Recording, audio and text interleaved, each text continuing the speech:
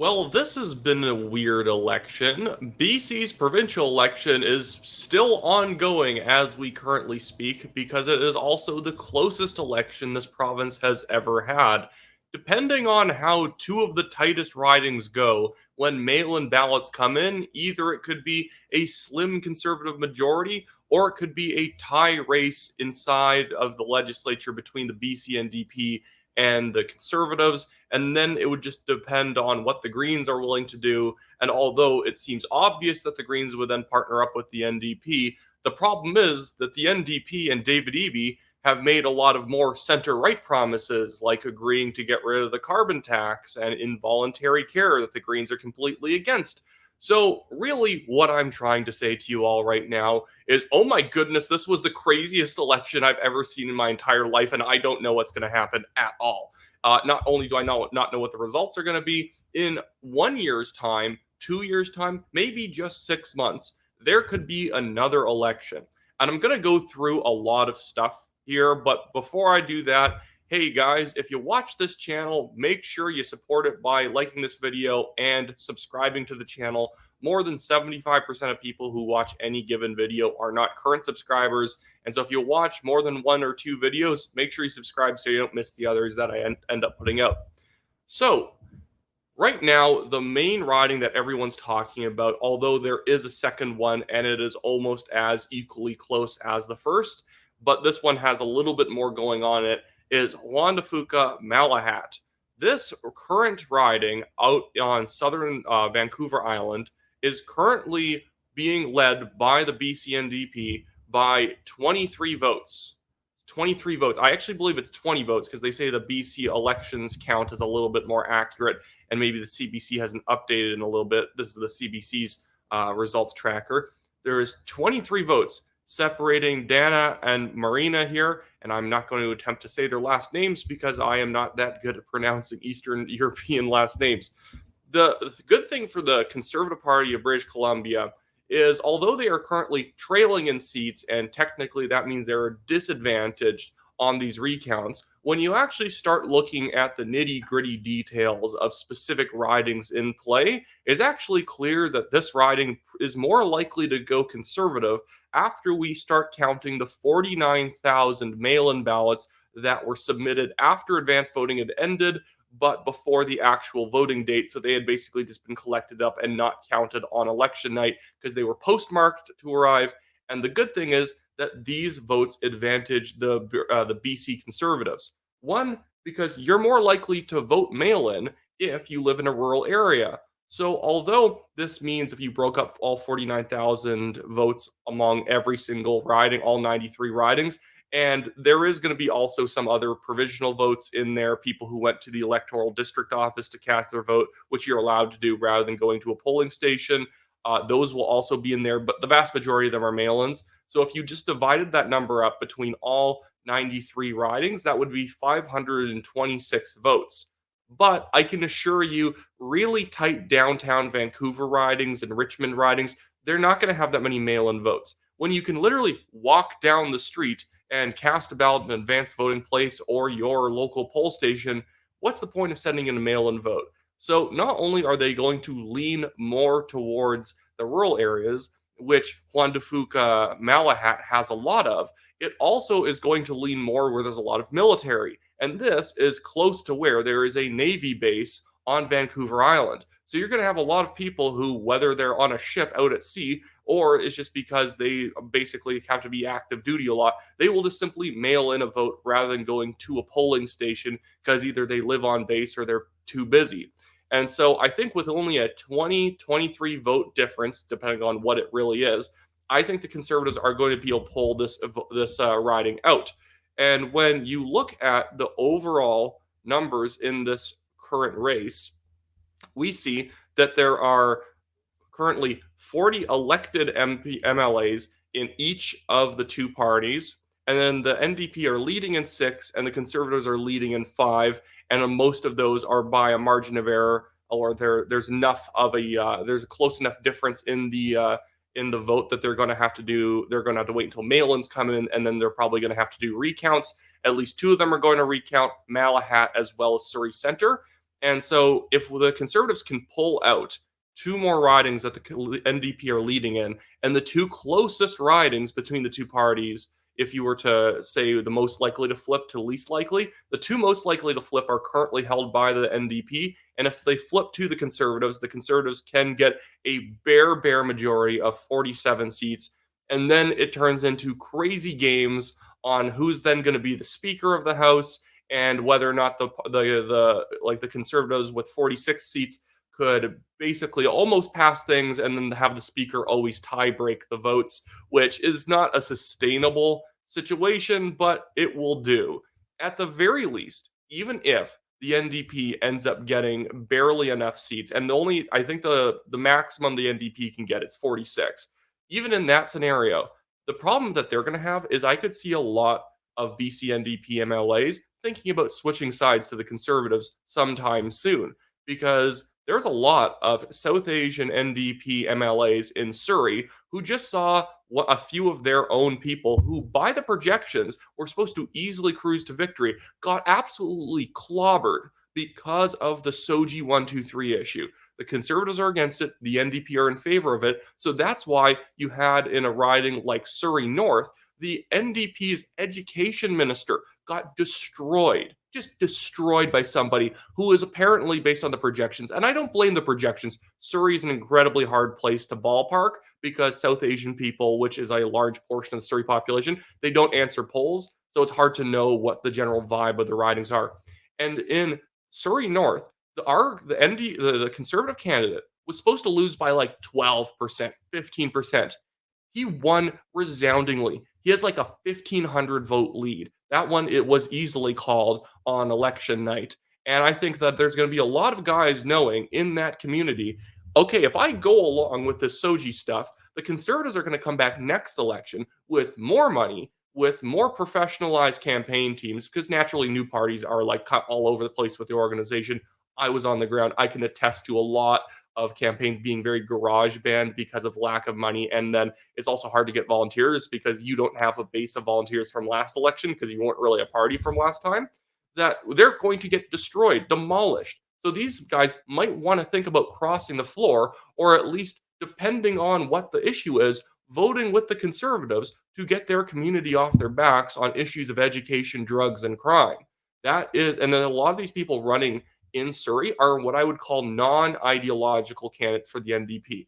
Not very many socialists in the South Asian community, not many trade unionists in that community, a lot of small business owners, people who are socially conservative.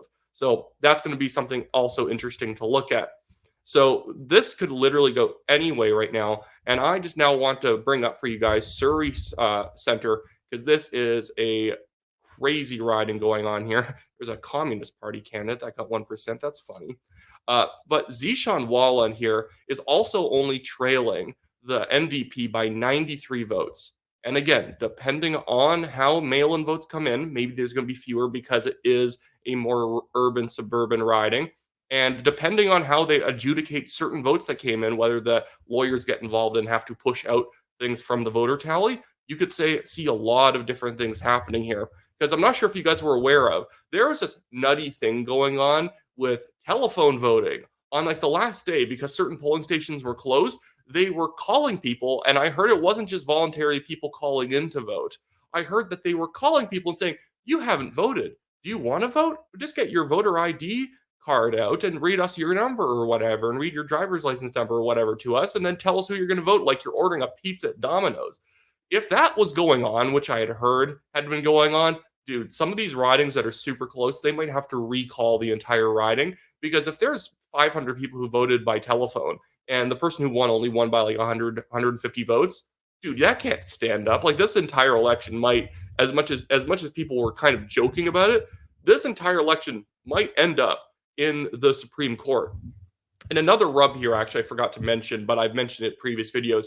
Mail-in votes, according to Main Street Research, who has been proven to be very good at polling projections, yes, they didn't get all the ridings right, but in a crazy election like this, the fact that they basically called it a tie ball game, and it's basically a tie ball game, proves that their general numbers are probably decently accurate. and they showed from poll to poll. The last one had a 9% lead, but some of them had a little bit higher, a little bit lower. The Conservatives were actually leading heavily, or at least by a pretty good margin, with mail-in votes. So when you look at Malahat, and it's a rural riding where rural people tend to vote more conservative, and there's a Navy base in the riding, and mail-in votes were already supposedly leaning conservative. That's a good chance that this thing is going to get very, very interesting very, very soon.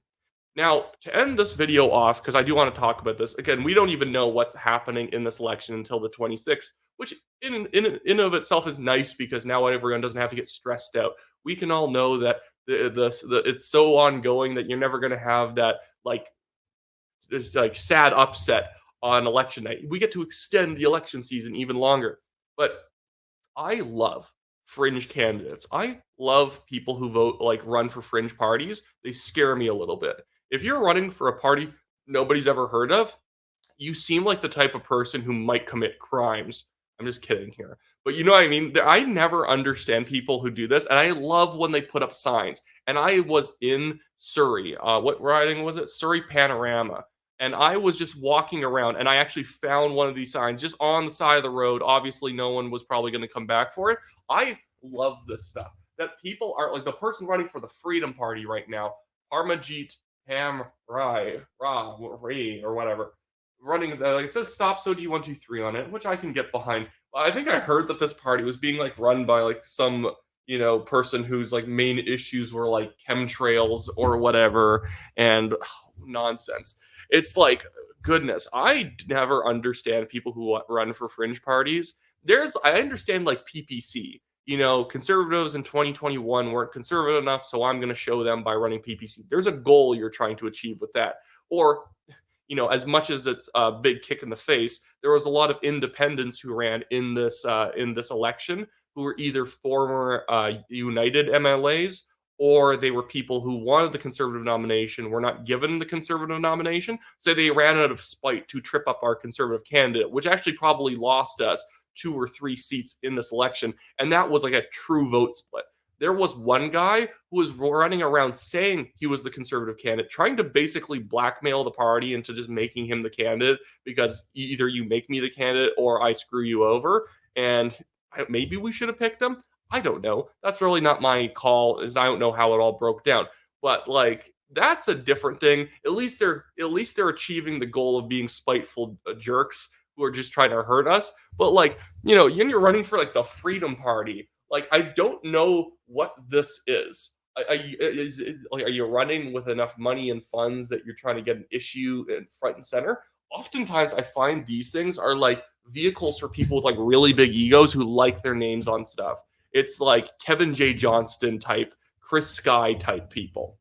Anyways, that was a dumb little side thing to mention there. I want to do a whole thing on the psychology of third-party candidates at some point, or fringe party candidates specifically. Because to win as a third party or fringe candidate, you got to have money. You got to have like money oozing out of every facet of your campaign. You got to be maxing out the amount of money you can spend because people are already predisposed to not knowing who you are. Probably either got to have the biggest name ever, or you got to have like the biggest campaign ever that people will actually come out and vote for you. Where actually smaller parties do well is places like New Brunswick. They had the People's Alliance that actually elected a few people over the last couple of elections. They're not much of a thing this time because it's small ridings and you don't need that much money and you don't need that big a team to blanket the riding with campaign literature, knock every single door, advertise. But in these bigger ridings, whenever people are running, they're running with like $5 and a ham sandwich. And every once in a while, you like talk to these people. They're like, "Oh, people just didn't wake up enough for me to win." And it's the same thing with the communists. "Oh, society just hasn't fallen into the pits enough for them to know that we need Stalinism or whatever." It's like, or maybe you just suck as a candidate and you weren't trying that hard. And even if you were a major party candidate, you'd probably lose because you don't have any work ethic and you really just believe that you're meant to be elected, and that's really it. Oh, I know people will say like, the big parties can be like have corruption inside and stupid insider games. 100% I know that. I was kicked out of a federal nomination in Calgary Signal Hill that I probably would have won because they just didn't want me. Not they didn't want me. They just wanted somebody else jokes on them. I still made sure that guy lost because that was not like nonsense. He was a massive red Tory who didn't even live in the area. But I know more than anyone else how bad parties can be inside, but I never understand the idea that okay, but now we're going to run on a party that's going to use like freaking like 17 colors on the signs. We're going to have an incomprehensible platform, and we're just going to hope that our populist energy that we think we're garnering is going to push us up into office, which I've never actually heard really happen ever in history. But anyways, so that's it for me today, guys. If you want to support the show, you can donate to the Give Send Go campaign I have for my legal fund in the description below, and I also have it pinned at the top of the comments.